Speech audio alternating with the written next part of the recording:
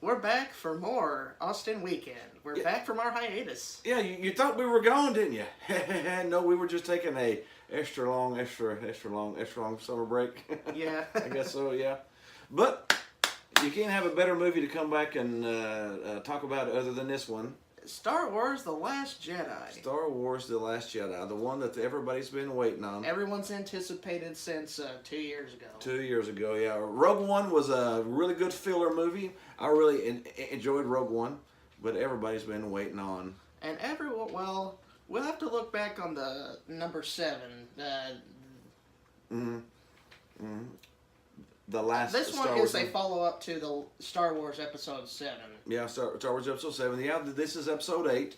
Right after The Force Awakens. Yeah, they're coming out every 2 years, so it'll be, 2019 when we get the final one? Disney's really starting to crank out these ideas. Yeah, next year we've got the Han Solo movie. We've heard rumors of a Boba Fett movie, of a Obi-Wan movie, of a Yoda movie, but not today. Today is just The Last Jedi. The Last Jedi. All right, you want to start talking about it a little bit? We don't, first of all, this is going to be spoiler free, so you don't have to. It's our policy. It's our policy to be spoiler free. So if you haven't watched it, you must be under a rock or something. But if you haven't watched it, we're not going to throw any spoilers at you. So we're just going to talk about what we thought about the movie. Can we also reveal what was revealed in the trailer? Oh yeah, you can always talk about the trailers because the trailers are shown to the public anyways. And just like Luke said in the trailer, things are not. This isn't going to go the way you plan it. This movie is not going to go the way you thought it was going to go. And that line pretty much defines the whole movie. It defines the whole movie. Yes, stuff happened throughout the movie and you're like, what? What did? How did? What did? So yeah, there's characters come in that you didn't think were going to be in the movie. There's things happen that you didn't think were going to happen. So we're not going to throw any spoilers out, but it is full of surprises, and it does not go the way you think it's going to go. So the one thing I thought it was cool is like in the trailers that Luke was kind of serving as a mentor to Rey. Yeah, he's sort of a throwback to the Return of the Jedi. He's the Yoda character in this one. He's the guy in the deserted. It's not Dagobah this time. It's the island, but he's sort of on the island and by himself alone. And then the young Jedi wannabe comes to train with him. That's sort of the sort of Luke's role in this one. Yeah. Guess who returns to cause more havoc in this one? Kylo Ren. Yeah, of course you've got Kylo Ren. Everybody's lovable bad guy. And you wonder if he's going to be a good guy, or if he's going to be a bad guy, or if he's going to be a good guy turned to a bad guy, or a bad guy turned to a good guy. We're not going to tell you. Because that would be a spoiler. Because that would be a spoiler. But it ain't going to go the way you think. I'll just leave it down right there. Here's a fun thing to note. I think this movie had the biggest opening on a opening weekend, and one of the biggest in film history. Well, which is kind of expected because it's like a Star Wars movie. Yeah, its budget was what, like $200 million, and it way surpassed. It made $453 million or something the first 3 days, which is insane. But that was worldwide. I believe here in the U.S. it was like $223 million. So it still surpassed its budget. It surpassed its budget in the first 3 days. Yeah, just here in the U.S. without making anything else. Yeah, so. What do you feel about the overall story? Did it envelop you? Well, honestly, for me, it kept me on the edge of my seat, wondering what was going to happen. You had no clue what was going to happen. It did not follow the typical Star Wars theme. If you could say, "Hey, this movie is exactly like that movie," no, this ain't movie exactly. Now, you can, if you've read some of the critic reviews of the movie, the critics sort of love it. Now, some of the Star Wars purists don't like the movie. It's sort of 50-50 for some of the purists out there. But as far as a movie by itself, it's an excellent movie. It keeps it's 2 hours and it does 2 hours and 32 minutes, something like that. 2 hours and 32 minutes, and it seems like it's 45 minutes long. It really keeps you involved. It's exciting from. That is what a long movie should do. If you want to make it a longer feature film, don't bore the audience. Don't add extra padding or filler that won't be necessary. No, it could have been 3 hours long and still felt fine. I mean, even at 2.5 hours long, it didn't feel long. It didn't wear you out. When you were sitting there, well, man, what time is it? It kept you intrigued. The movie the has entire good movie. pacing. Mm-hmm. It has really good pacing, and that's what a story should do. Yeah. Have good enough pacing for you to, well, outside of that, how are the characters? And the new and old characters appear in this movie. Yeah. Oh, good. Ray is getting, stronger and more, More one confidence, more confident in herself. In this movie, again, just like Luke was in The Empire Strikes Back. So there are a little comparisons you can throw from The Empire Strikes Back to this one, like Luke being the Yoda figure and Rey being the Luke figure. Those sort of mirror each other a little bit, but the stories are nothing like each other. So and some of the that's old about characters, as far as you can go. Some of the old characters appear, and they do. A few of them do have a big role in this. Mm-hmm. Yeah. Mm-hmm. I just have a little hint. Just a little hint, yeah. My man Chewie's in it. Yeah, Chewbacca's always in it. Everybody loves Chewbacca. I think Chewbacca is going to be in every movie. He's in the new one coming up, the new Han Solo movie, of course, the young Han Solo movie. But everybody loves Chewbacca, and Chewbacca's got a little bit of the comedy routine in it because he's the bigger.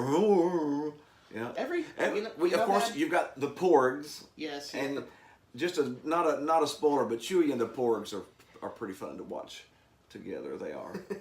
Mm-hmm. Speaking of Chewbacca, I've tried all my life trying to imitate his ooh. It's so hard to do. Yes, it is. Yeah, you got a lot of respect for Peter Mayhew doing that all of those years. That's a hard voice to come out with. Funny that you mentioned Peter Mayhew. We went to a Comic-Con and took a picture of him one time. Yeah, we actually got to meet Peter Mayhew. It was pretty awesome. cool. Peter Mayhew is really a really nice guy. If Peter Mayhew's out there, shout out to you, man.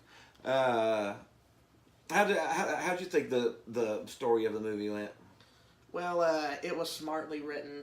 Mm-hmm. It didn't really feel dumb in any way, shape, or form. No.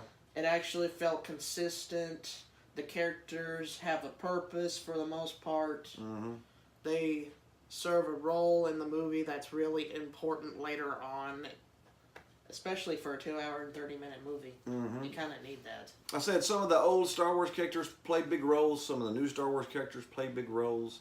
So it's a little throwback. You've got both movies in there. The next episode, episode 9, is going to be very interesting. Let's just put it that way. Yes. The way that this movie went is going to be very interesting to see how they take the story from here on. Because, again, don't go into the movie thinking it's an Empire Strikes Back and you're getting that same storyline and the same things happening. It's just not the same. So it's going to be very interesting to see how they take this and go on with it. To those who have not watched the movie, and to those who have watched the movie, and most importantly to those who have watched it, don't spoil it. It's not fun. No, don't spoil. We do recommend the movie. We highly recommend the movie. We do highly recommend the movie. It's definitely the one that we were waiting on. Thor Ragnarok, and we were waiting on the new Star Wars. Those are the two movies for the whole entire year that we were really waiting on because we're huge Hulk fans, and of course we're ginormous Star Wars fans. But all in all, it was the really solid movie. It was a roller coaster. It kept you involved. All right. You want to go ahead and talk about some stuff? Yes, we shall the ratings. You want to do the ratings? Okay, if you've never watched this before, this isn't our normal stage. Our normal stage is being taken up by Christmas stuff right now. So, but we do ratings from 1 to 10. To 10. 1 being. Well, first we shall mention that the stars aren't for normal critic. Yeah, we don't give them 3 stars, 4 stars. We don't use typical critic joke like that. We take something from the movie and we use it to rate it by. Like with Kung Fu Panda, we use dumplings. Dumpling time. We rated the Kung Fu Panda series using dumplings. Like it got a 9.5 dumpling rating, which was really good. Probably the best animated trilogy. It's the best animated trilogy that's ever been made. So we'll pull something from Star Wars and we'll rate it from it. 1 being crap. Horrible movies. And 10 being the best thing ever. The best thing that's ever been made. And 0 was the only movie we've ever reviewed that was a 0 was Food Fight. And it deserved it. It deserved the 0. It was crap. But all right, what do you think? From what do you want to use first of all? Do you want to use you want to use porgs? Porgs over there? Should we use lightsabers? Or you want to use sabers? How many sabers? Well, if I were to give it a rating, I'd give it around a 9.5. Around a 9.5 sabers. Yeah, you can't really see it because it's a little cut off in that beginning.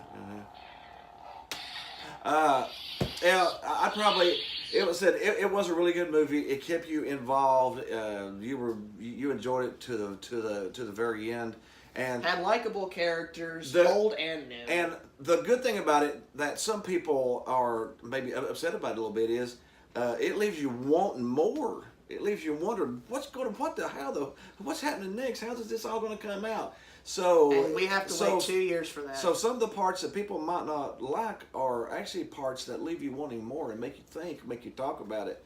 So that's the point. It's supposed to lead you in 2 years later into that movie. Yeah, so I would give it a good 9.5 too. So it gets 9.5 sabers out of 10 sabers. Seal of approval. It is awe-inspiring. All over this puppy. All over this puppy. It's good. It's AWE inspiring. Austin Weekend.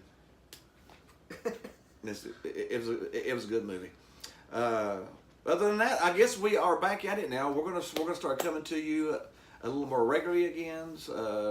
Maybe once a week, maybe a couple times a week, maybe once a month. However things work out with the holiday season here, but we plan on reviewing maybe some Christmas cartoons since we're in Christmas. Something special. Yeah. So get your Santa hats ready, kids. Get your Santa hats ready. We may pull out some classics like the Snoopy and the Grinch and the Santa Claus and the Frosty and all that stuff. So just sort of stay with us, or stick around with us. Tell your buds that we're back, that our videos are back. We are back. I think we're out from now. See you next week. May the Force be with you. Be with you.